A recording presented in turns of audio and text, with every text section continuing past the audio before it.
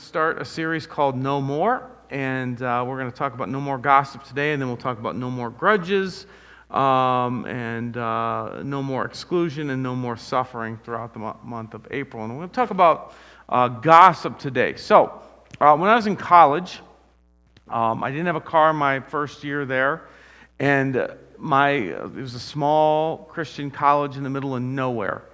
And so the only way you're going to get food, it wasn't like 24-hour cafeteria like in a lot of colleges. This was a window with a small amount of, do you want this or do you want this?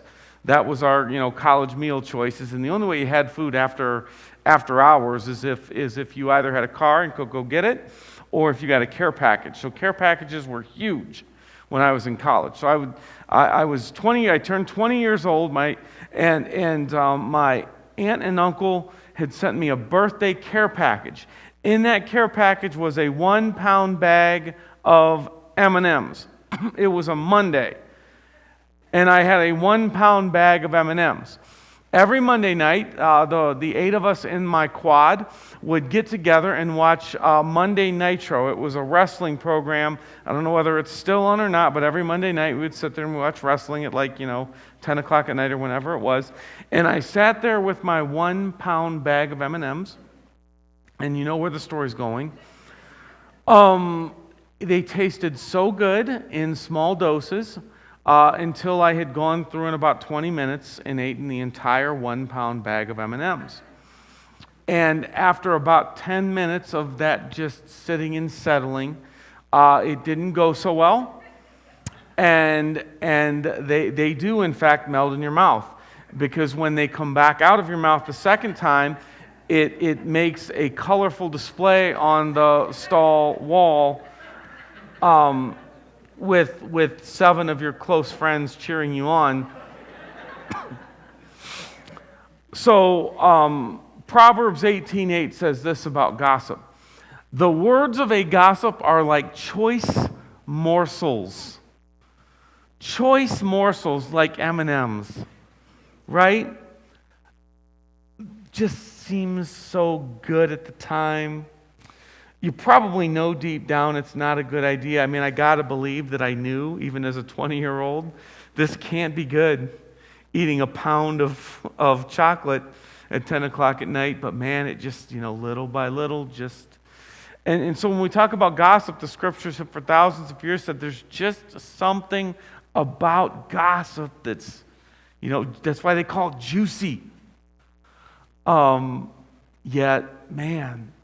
lots of regret comes from, lots of colorful regret comes from gossip. So I want to talk about what the scriptures say a lot about gossip. Turns out none of it's good. We all know, gossip is it's simple. Just don't, right? It's not complicated. How many of you here think gossip is a good idea? How many of you think gossip is a bad idea? Generally a bad thing. And yet, I would love to tell you that I am above it. I don't gossip. I walk away from every conversation where there is gossip. I'll shut it down immediately. But that's not the case. And I don't for me, just full confession, where it comes out for me is when I'm frustrated. I'm frustrated with Mark here. And I'm talking to somebody else. I'm like, oh my gosh, I was in the grocery store and Mark just want to get my food and get out. And he it's not, hey guys, Mark just came into my office and confessed that blah. That's not where I'm at. But for me, for a lot of people, it's much, much deeper. But one of the first things I want to do, and I debated about this, but I'm going to talk about this. I want you to know that this is not corrective, because I hesitated to put the graphic on out in the lobby, no more gossip, so that when people are walking in, they might think that's some kind of a sign posted in the church, because we don't have a gossip problem at Polaris that I know of. And that's significant because that is not true at a lot of churches. So this is where I'm gonna tap dance a little bit around some controversial stuff. Okay, what I want is for the ladies at Polaris to know that you can engage here because this is not a gossipy environment. And here's why this is important. And I know this sounds sexist, but I know that in female culture, gossip is a different level. And here's how do you know, Alex? You're a man. Well, here's how I know. Because I have spent hundreds and hundreds of hours writing sermons in coffee shops.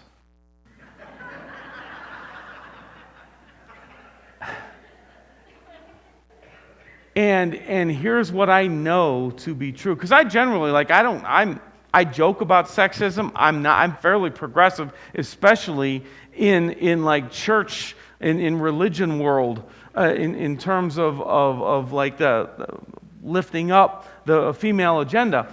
But man, like hundreds of hours in coffee shops, and I can tell you, like guys will get together.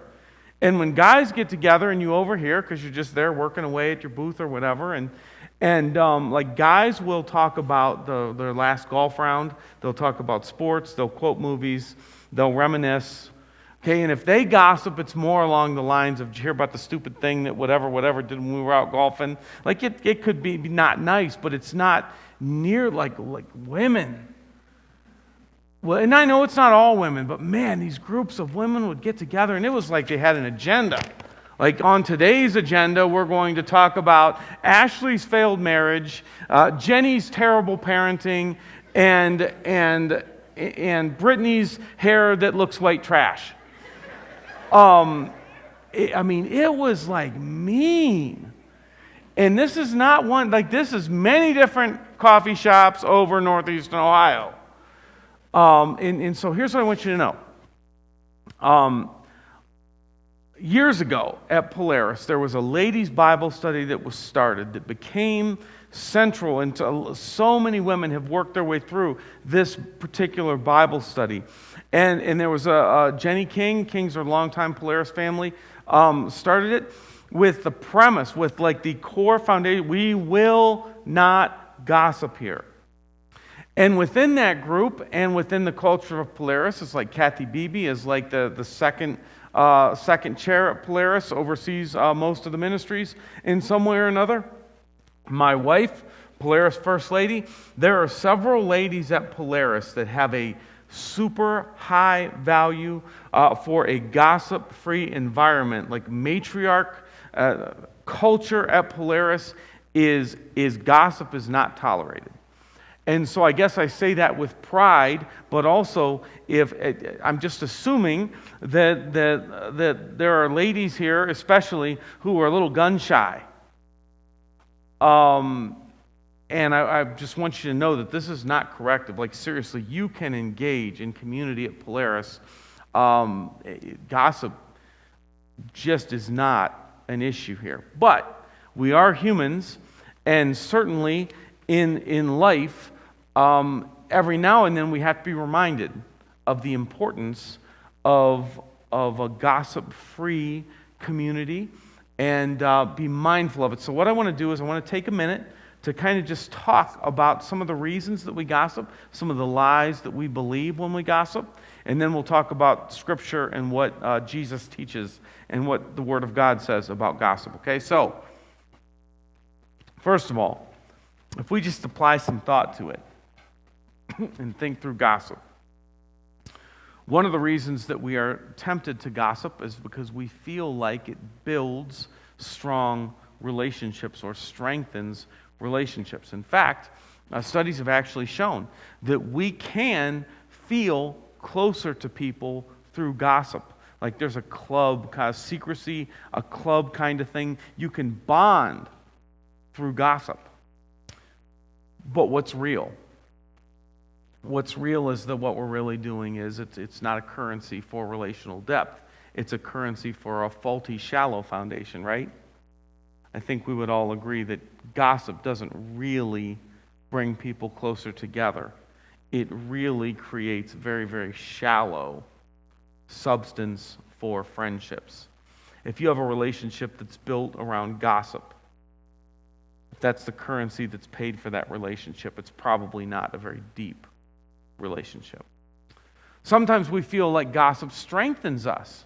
This is especially true if you maybe grew up or have a past where you were on the receiving end. Maybe you were the scapegoat of a lot of gossip. Now it feels good, it feels strong, it makes you feel strong that you're on the inside putting other people down with a group, and it's not now centered in you, it's centered in them, and it makes us feel better about ourselves. But really, what do we really know?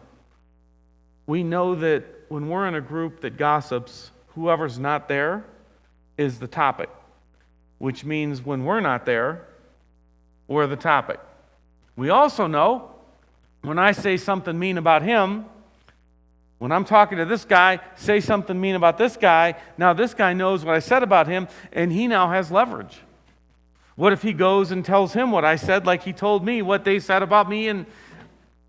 And so it creates this paranoia and anxiety. So gossip feels like it strengthens and builds. And what it really does is it tears down, it creates anxiety, it creates leverage for other people now because they know what you're saying about other people.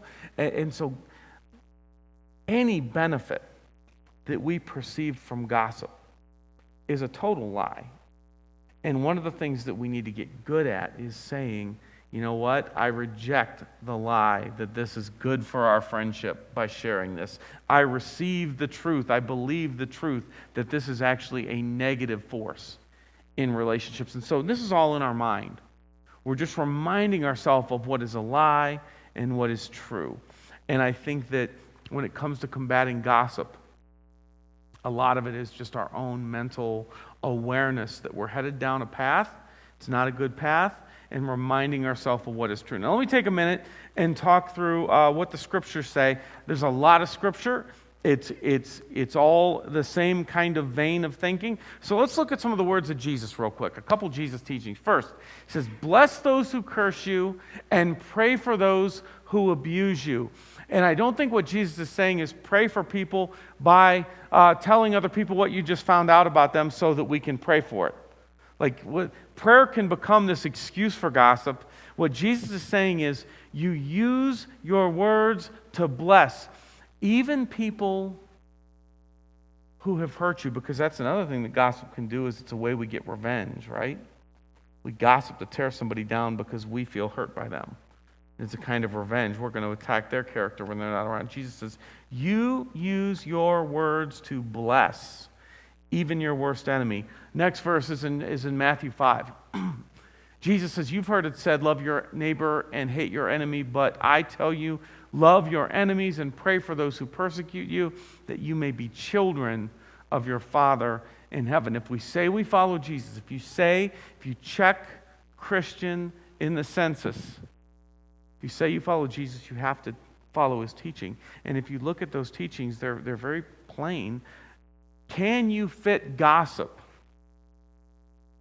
into any of that? Is it possible to in any way fit gossip into those words from Jesus? No, it's just not. We just can't do it. It doesn't fit with how Jesus said. Jesus believes in the power of words. The ancient Christians believed in the power of words, and gossip just doesn't fit that context at all with what Jesus came to bring, with the kind of community Jesus died to bring to this world. Now, I want to also read to you real quick from Romans 1. Romans 1 is the Apostle Paul, and he's painting a picture of why is it so bad out there. Okay, and so he's talking about people who are far from the heart of God. And here's what he says. "Furthermore, just as they did not think it was worthwhile to retain the knowledge of God, so God gave them over to a depraved mind so that they do what ought not to be done. They have become filled with every kind of wickedness, evil, greed, and depravity. They are full of envy, murder, strife, deceit, and malice. They are gossips, slanderers, God-haters, insolent, arrogant, boastful. They invent ways of doing evil. They are disobedient. They disobey their parents. They have no understanding, no fidelity, no love, no mercy. Although they know God's righteousness, so if you say you follow Jesus, listen to this. Although they know God's righteous decree that those who do such things deserve death, they not only continue to do these very things, but also approve of those who practice them. Like, there's a lot that you could unpack in that, but essentially, Paul is creating this stew of human awfulness. And within the same phrase as like murder comes gossip.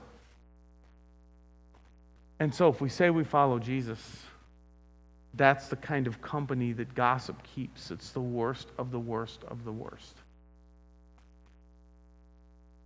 And it just can't be something that we tolerate in our behavior and in our speech, in our conversations. And it's really as simple as that. I'm going to have the band come up for one last song. I want one more concept here. So we say at Polaris there are three expressions in a growing friendship with Jesus. The first is treasure. Treasure is the relationship with Jesus himself. It's the words and teachings of Jesus.